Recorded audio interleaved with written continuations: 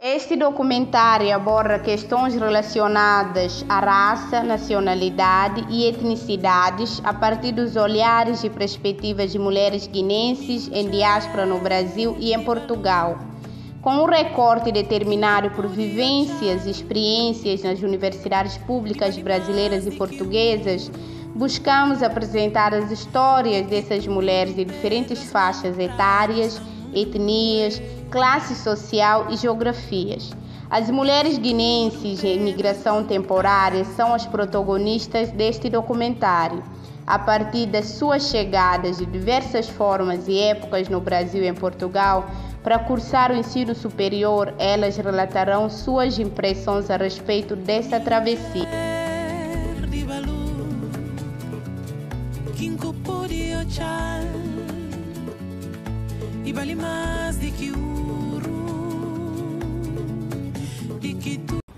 A Guiné-Bissau é um país que fica situado na costa ocidental da África, um país que faz fronteira com o Senegal, um país que ganhou a sua independência no ano de 1973, mas só um ano depois, em 74, que foi reconhecido pelos portugueses. Temos a língua crioulo como uma língua nacional, né, que une todos os guinenses, e temos o português como língua oficial. Além disso, há várias línguas étnicas, línguas essas que são Balanta, Pepel, Mandinga, Piafada, Fula, Felupe, Bijagô e entre outras não citadas aqui. E essa diversidade linguística é que nos torna um país rico nesse sentido. Sabemos que não podemos separar, né, o sujeito da sua língua, identidade, ou seja, a cultura, que faz parte, né, da identidade cultural de um sujeito. Então, nesse caso, a Guiné-Bissau tem essa diversidade, né, linguística, cultural, que faz dele um país rico nesse sentido. Sempre tive sonho de me formar e ser uma mulher diplomada, entrar numa universidade e fazer um curso superior. Mas assim, nunca também tive sonho de estudar num país específico. O que eu queria mesmo é entrar na universidade. Eu podia estudar em Guiné, que é o meu país natal, eu podia estudar em Burkina Faso, podia estudar em Mali, podia estudar em Quênia, mas por ironia do destino eu vim parar aqui. Indo ao segundo ponto, com base na minha experiência, vale ressaltar que eu cheguei aqui no ano 2014. Para ingressar no curso superior, né, que foi o curso de letras que eu fiz na Unilab. A minha chegada aqui, o primeiro desafio que eu encontrei foi a diversidade linguística, ou seja, foi difícil, né, enquadrar no seio dessa língua, dessa diversidade, porque o português falado aqui é totalmente diferente do português que eu aprendi na escola. Porque ao longo das aulas eu fui percebendo que em diferentes partes do Brasil, ou seja, em diferentes regiões do Brasil, há diversas formas de falar. Então isso já é um desafio enorme, né, de eu abrir mão do meu conhecimento, ou seja, ir atrás, né, dessa diversidade e saber mais sobre o português brasileiro. Então foi isso que me levou a pesquisar mais sobre a sociolinguística, para conhecer as variedades, né, que é uma realidade totalmente diferente, ou seja, não sabia o que era sociolinguística. Então, com base nessa diversidade, nessas disciplinas na universidade, que eu fui percebendo que também as línguas que a gente entendia, por exemplo, as línguas étnicas, que a gente entendia que são dialetos, na verdade que não são, mas sim são línguas. Por quê? Porque tem falantes. A adaptação, eu posso dizer que foi muito difícil no início. Eu acho que qualquer um que viaja por um país distante, desconhecido, com algumas coisas já preconcebidas, acaba por ser difícil. Difícil em dois aspectos. Primeiro, por não ser aquele Brasil que eu esperava encontrar, aquele Brasil idealizado, aquele Brasil mostrado pela mídia brasileira. Segundo, por ser uma cidade no interior, que não estava e ainda acredito que não está uma história, aliás, da negação da presença negra aqui, mesmo com o seu de história da escravidão. Portanto, a questão da adaptação em relação ao racismo, sexismo, em relação ao olhar que as pessoas têm sobre a África, sobre os africanos, foi difícil no primeiro momento. Eu tive que arcar com tudo isso, lidar com o sexismo, a sexualização que as pessoas fazem da mulher negra, lidar com o racismo enquanto uma mulher negra africana e lidar ao mesmo tempo com uma história de uma África selvagem, de uma África onde as pessoas vivem de fome e de miséria, enquanto que não é só isso. Teve também uma outra dificuldade de adaptação em relação à questão da língua, por mais que é português, eu já falava português desde pequena, desde o ensino básico. Aqui tem-se um outro sotaque, eu posso dizer, entre aspas, um outro tipo de português, portanto isso foi um pouco difícil adaptar. Eu lembro que no início, na primeira semana da aula, eu quase não entendia nada, isso deu um choque, eu fiquei furiosa, porque pensei, puxa, eu vim para fazer um curso, mas acho que eu não vou conseguir, porque os professores falavam umas palavras que tipo era distante da minha realidade, do contexto onde eu vim, do português que eu estava acostumado.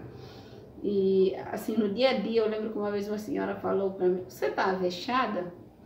Eu conversando com ela, assim, estava com pressa, você está avexada? Eu, o que? Avexada? O que é? Fiquei meio perdida. Eu tive que conversar com a senhora para tentar entender o que significa avexada, qual palavra seria próxima a avexada. E levou um tempinho para ela me dizer, você está com pressa? Eu falei, sim, estou com pressa. Aí eu falei, avexada aqui significa estar com pressa? Ela, sim. Então as coisas foram ficando mais leve a cada dia, com convivência com os brasileiros, com outras nacionalidades, fazem parte do país da língua oficial portuguesa, falou. Eu fui adaptando a vários sotaques e a várias palavras que não eram do meu cotidiano. Então, entre dificuldades de adaptação e aprendizado, também teve essa parte de aprender novas palavras e usá-las no cotidiano. Ainda em relação à questão da dificuldade, eu acho que não posso falar apenas da dificuldade de conviver com os brasileiros ou redencionistas, para ser mais específico. Tem-se também uma dificuldade de conviver com outras nacionalidades. Nós sabemos, a maioria sim vem de países africanos, porém de contextos diferentes. São tudo a África lusófona, ou seja, África, países africanos que falam português, entretanto, cada desses países tem culturas diferentes. Línguas étnicas diferentes, formas de educação diferentes, formas de conviver diferentes, palavras que se adequam a cada uma dessas realidades. Portanto, foi também essa dificuldade de adaptar com outras nacionalidades africanas. E Timor em si também, a não esquecer isso. Além disso, tem outra questão que é muito recorrente, que eu acho que qualquer estudante no contexto diaspórico, principalmente nos países que se consideram brancos, seja latino-americano ou europeu, como eu já tinha dito no início, aquela visão que as pessoas têm da África, as pessoas reproduzem no dia a dia. Eu cheguei em 2015 e durante o processo de adaptação eu tive que lidar com variações linguísticas que existem entre o português que eu já falava no meu país com o português aqui falado. E eu percebi que de uma forma ou outra esse processo de adaptação acabou possibilitando um certo preconceito que eu tive que viver, principalmente na sala de aula com colegas. Eu me lembro quando a gente dividia grupos, para trabalhar, eu ficava praticamente sem equipe. Enfim, o professor tinha que intervir para que eu possa fazer parte de certa equipa. Mas isso foi logo perdendo com o tempo.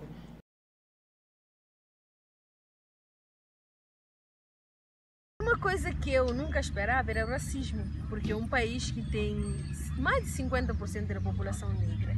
E a universidade onde eu estudo é uma universidade que tem um número significativo de população negra. Mas mesmo assim, existe racismo, xenofobia e sexismo dentro da universidade, que é uma patologia, infelizmente, que nos cerca dentro e fora da universidade. E eu sempre assim pensava que eu ia encontrar dentro do meu instituto pelo menos uma professora negra ou um professor negro, mas infelizmente não tive. Até exato momento não tive nenhuma professora e nenhum professor negro.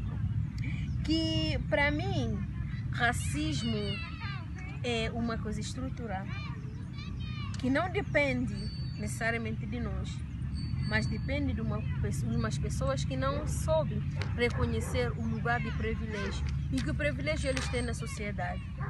E a universidade, assim como o caminho para a descoberta científica, que o benefício dela é para ajudar a sociedade, o desenvolvimento da sociedade.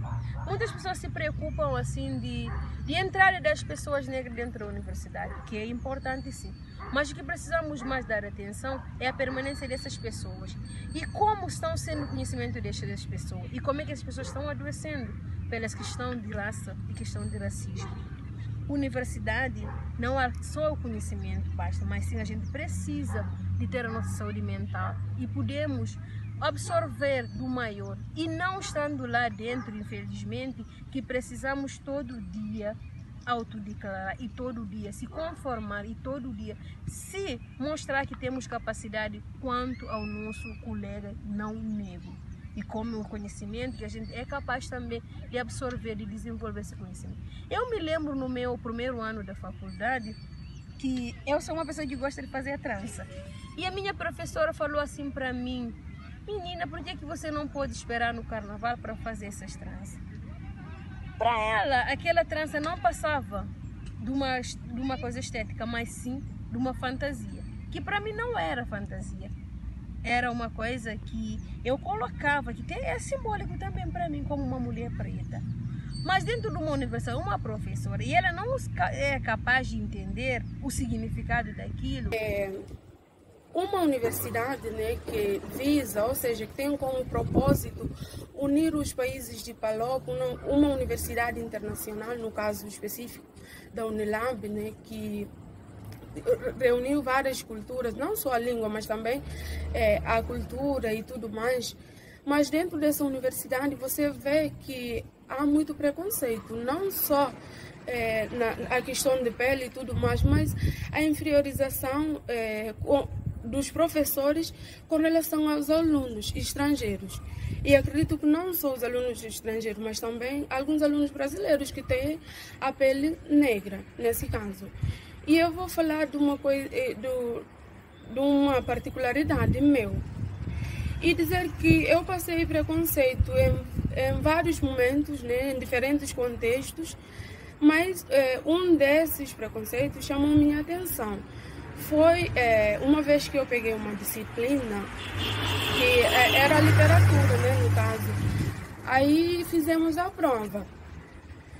Quando a professora foi entregar a prova, ela chamava a pessoa pelo nome, entregava a prova. E quando chegou a minha vez, ela me chamou e eu fui ao encontro dela para receber a minha prova.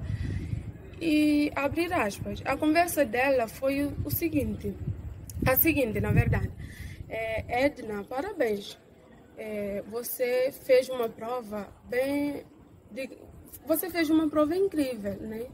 A capacidade de articular os textos e tudo mais foi muito bom. Quando eu estava a corrigir a tua prova, pensei que você fosse brasileira.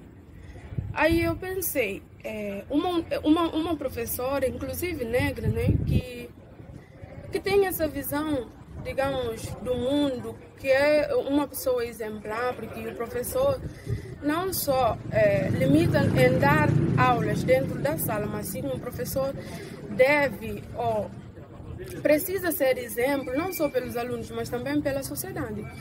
E dentro dessa universidade tem esse propósito, né, de unir as culturas diversas. Por que essa professora diz isso para mim? Aí eu fiquei surpresa, né, com o comportamento dela, mas a minha resposta foi simples. Eu respondi que mesmo que o nome fosse comum, porque o nome dele é um nome comum, mas o apelido jamais seria o mesmo. Então peguei a prova e voltei. eu percebi que as minhas colegas ficaram revoltadas com isso, porque era um ato, né? Uma conversa de inferiorização, ou seja, eu não teria capacidade de fazer essa relação, né? de fazer uma prova daquela. Então você vê que a Unilab, né, tem um propósito, digamos, muito bonito no papel, mas o que se vê na prática é totalmente diferente. Estou aqui para falar um pouquinho sobre a minha experiência com o racismo no ensino superior, ou seja, com o racismo nas universidades. De tudo sobre o racismo que eu vivenciei e vi nas universidades aqui no Brasil, tanto na minha universidade, assim como em outras universidades. Bom, antes de falar da minha experiência, respectivamente, eu queria falar um pouquinho sobre o que eu tenho notado nas universidades brasileiras, no que diz respeito ao racismo. Quando você chega numa universidade, num auditório cheio de estudantes, numa universidade brasileira, você percebe que o maior número desses estudantes são brancos e muito pouquíssimos números são estudantes negros. E quando vamos olhar para os cursos considerados, cursos de prestígios, você percebe que tem numa sala de vários alunos tem apenas um ou duas negras. Fato que é preocupante e gritante. O que podemos dizer é que racismo no Brasil e no ensino superior especificamente é de uma forma gritante. Tem várias salas de aulas onde você não encontra nenhum negro e uma negra. Isso é de questionar. Sem contar que quando esses alunos estão dentro da universidade, esses alunos negros não se sentem representados, porque vários professores, ou a maioria dos professores, são brancos. E as literaturas que são indicadas para os estudos são literaturas, em sua maioria, ocidentais. A maioria dos estudantes não estudam, praticamente não estudam sobre a África, sobre a história africana e afro-brasileira. Isso acontece desde o ensino médio. Desde o ensino médio, eles já não estudam, ou seja, estudam um pouco sobre a África. Quando os professores explicam sobre a África, explicam de uma forma superficial e, às vezes, de uma forma exótica. Gostaria de dizer que tu sentes o racismo logo no primeiro dia que tu pisa no recinto universitário. As pessoas ficam a olhar para ti de uma forma estranha, parece que estás no lugar errado, não és digno daquele lugar. E isso vai se estendendo até as salas das aulas, no meio das colegas, dos professores, no momento da formação dos grupos. Os colegas não querem se juntar a ti, por acham que a priori que não tens capacidade ou que não traz o contributo para aquele grupo. Alguns professores, mesmo que tivesse uma boa nota, não te dão a nota que merece, porque acham que não és digna daquela nota por ser uma africana e negra. Além disso, tem outra questão que é muito recorrente, que eu acho que qualquer estudante no contexto diaspórico, principalmente nos países que se consideram branco, seja latino-americano ou europeu, como eu já tinha dito no início, aquela visão que as pessoas têm da África, as pessoas reproduzem no dia a dia. As perguntas como, por exemplo, vocês vieram de barco? Lá comem arroz? Como vocês lavam o cabelo? Nossa, esse cabelo é estranho, sabe? Questões do dia a dia, mas que afeta o psicológico da pessoa. E ter que conviver com isso diariamente, ter que responder isso, seja de forma, posso dizer, grossa ou civilizada, é complicado. É muito complicado. Se ter essa paciência, usar uma pedagogia bem, eu posso dizer, bem elaborada para tentar explicar para as pessoas que a África não é só, e não é isso, aquilo que a mídia mostra. Aquilo que a mídia mostra não resume a África. A África é muito mais do que isso. A África tem uma África desenvolvida, uma África com uma cultura rica. Estou dizendo uma cultura de línguas, de forma de educação, de convivência, cultura de forma geral. Portanto, é muito difícil tentar ensinar essa África para as pessoas. E eu acredito que talvez não era o nosso desejo de estar a ensinar as pessoas sobre a África. Porém, eu acredito que há uma necessidade. E é difícil ficar respondendo isso sempre explicar às pessoas a mesma coisa.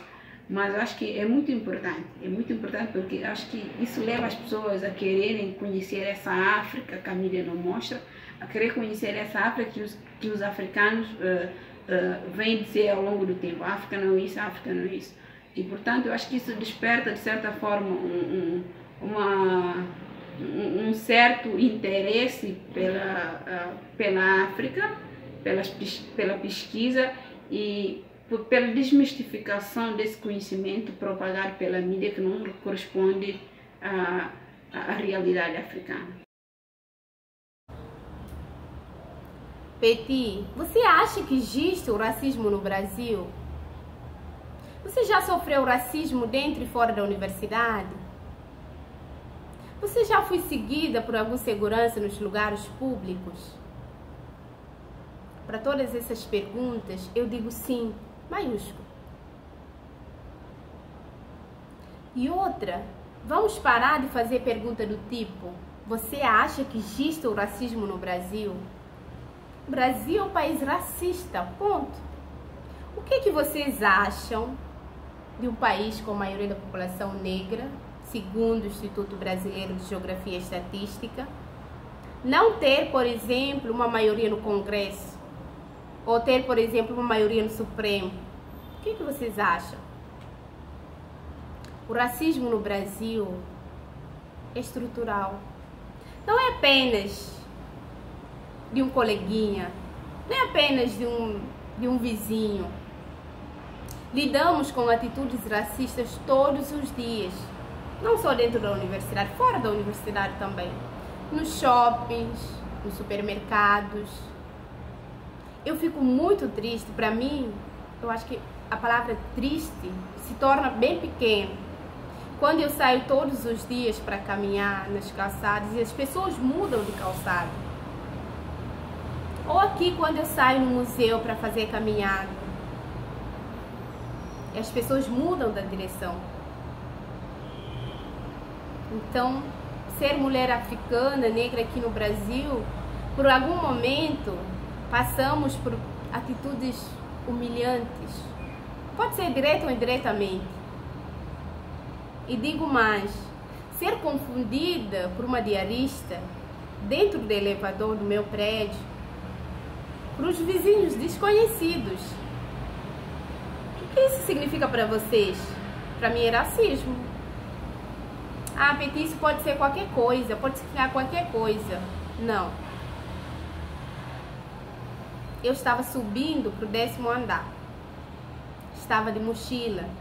Dentro de mochila tinha livros, tinha algumas coisas. E documentos, porque eu não posso sair sem documentos, né? E aí eu encontrei com 4 caras no elevador. E eles perguntaram se eu estava subindo para o 9º para fazer limpeza. Se fosse uma coleguinha branca, a primeira coisa, será que isso que eles iam perguntar? Sem perguntar o nome, será? Será que é isso? Mas para mim, perguntaram. Ao menos dizer bom dia, tudo bem? Não. Se eu estava subindo para fazer limpeza, porque eu estava no social.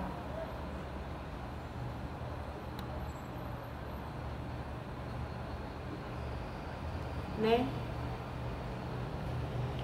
Então, assim, ser mulher negra africana, guinense no Brasil, é justamente o que a Neuza fala, Neuza Guzmán, em um dos trabalhos. Ela fala que é viver num universo de preconceito, de discriminação e racismo, né?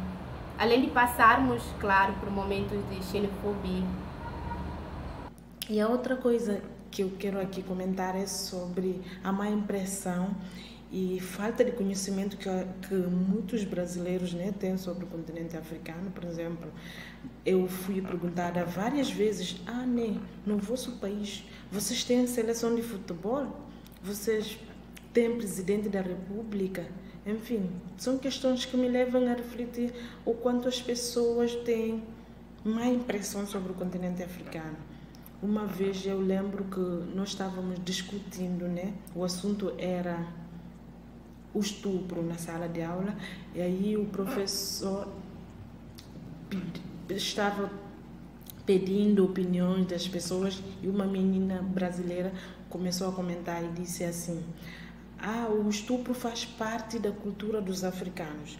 As meninas africanas são educadas a submeter-se ao estupro. Foi um choque para mim naquele dia. Enfim, eu intervi e tentei desmistificar. Outra coisa aqui que eu quero comentar é sobre as experiências que eu estou tendo com movimentos negros brasileiros. Eu estou crescendo no que se diz respeito a levantar e lutar pelo que é teu direito. Isso eu não tinha. Eu sabia que tenho os meus direitos, mas eu não tive esse espírito de levantar e lutar, mas eu estou tendo. E gostaria de dizer que, para acabar com esses preconceitos, esses racismo e mal-estar entre os seres humanos, eu acho que a sociedade podia começar a fazer uma reeducação cívica desde berço nas crianças, ensinarem as crianças como se deve lidar com as outras culturas, saberem conviver com a diversidade, porque às vezes nem tudo que é diferente é mau, e saber lidar com outras pessoas. E também acho que a sociedade tem um papel fundamental de tentar educar a comunidade, a toda a comunidade em si. Após isso, também sofremos o racismo institucional após o ensino universitário. Vê-se que nos trabalhos como, por exemplo, da limpeza, segurança, atendimento público, vê mais os africanos nesse tipo de espaço. E eu pergunto, mas o porquê? Mesmo nadando nos diplomas, por que continua a haver muitos africanos nesses tipos de trabalho? Não é que não são trabalhos honestos e dignos, são trabalho, não tiro mérito, mas o porquê de ser os africanos, mesmo com muitos diplomas, nadando em diploma, o porquê? E acho que a sociedade podia trabalhar isso com a reeducação cívica, com boa fé em querer mudar o que temos e a erradicação do racismo em si. Creio que com o tempo conseguiremos isso. Almejo um futuro em que as nossas crianças não serão discriminadas pela cor de pele e que as jovens possam entrar na universidade com dignidade e não se adoecer e não se sentir embaixo e não possa se comprovar todos os dias que são capazes quanto aos seus colegas que não são brancos. Espero que os negros possam viver livres de qualquer tipo de opressão, que sexismo, xenofobia e racismo seja coisa de passado. Espero que cada uma de nós se sinta livre nesse mundo para voar e seja quem elas querem ser realmente. Que a cor da pele não nos impede de ser seres humanos livres e dignos. Deve haver, uma sensibilização, uma conscientização às pessoas daquela localidade. Eu estou falando da comunidade de Redenção e Acarape, a entenderem que a diversidade tem a sua importância. As pessoas que estão lá a estudar, os estrangeiros, têm muito que contribuir, não só no estado do Ceará, mas especificamente nas comunidades onde se situa a Unilab. E que a diferença não é a deficiência. Eu sei que nós mulheres pretas, negras, inclusive africanas, que estamos vivendo na diáspora, temos muita luta pela frente, porque não é o dia pela noite, vamos combater o preconceito que passamos no dia a dia no solo brasileiro, especificamente no estado de Ceará, nos municípios de Redenção e Acarape. Mas sim, é uma luta constante, é um processo, vamos ter que saber andar de mãos dadas, saber que temos muito a contribuir. Como dizia a escritora nigeriana Chimamanda Ngozi Adichie, as histórias importam porque essas histórias podem destruir a dignidade de um povo, mas as mesmas histórias podem também reparar essa dignidade perdida. Portanto, nós, integrantes do Coletivo para a Emancipação das Mulheres Guinenses, as Oquincas, vimos a necessidade e a urgência de criar um espaço de debate e diálogo sobre as condições sociais e políticas de mulheres. Porque nossas forças movem nossos pensamentos de vencer todos os dias, todas as horas e sempre. Nossos pensamentos de vontade de estar juntas, nossos momentos de troca, de escuta, de aprendizados, de ajuda mútua. Sim, é preciso estar juntas. E sim, nossas vozes continuam a nos esperançar. Belém, 24 de novembro de 2020.